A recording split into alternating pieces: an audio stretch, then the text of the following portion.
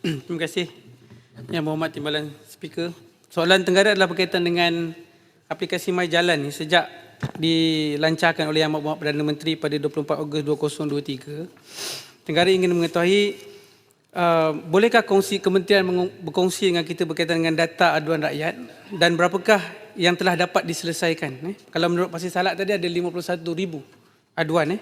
Dan apakah kategori-kategori aduan dan bagaimanakah jika aduan melibatkan kementerian-kementerian lain dan adakah KKR akan entertain juga isu yang timbul berkaitan dengan kementerian lain itu. Terima kasih. Terima kasih Yang Berhormat Tenggara.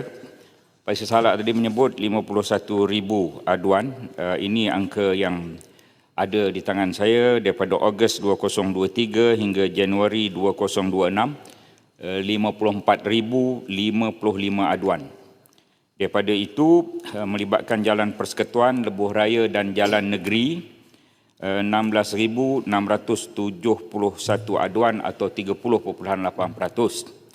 Dan kita juga YB Tenggara, kita ada polisi yang kita panggil sebagai no wrong door policy. Tidak ada pintu yang silap. Kita terima semua aduan. Jalan bandaran kita terima, jalan kampung, jalan pertanian, jalan Sarawak, jalan Sabah, jalan persendirian pun kita terima. Yang itu 37,384 kes atau 69.1%. Jadi 70-30 ya. 70% yang melibatkan kementerian-kementerian lain, 30% melibatkan Kementerian Kerja Raya. Dalam siasatan ada 1,511 dah selesai, 90%, 15,160 dah selesai. Dan kita juga walaupun bukan jalan di bawah kita hantar ke kementerian yang berkaitan.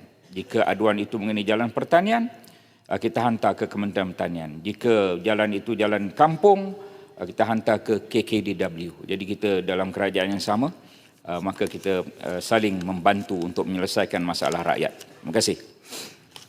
Dr. Engineer Haji Yusof.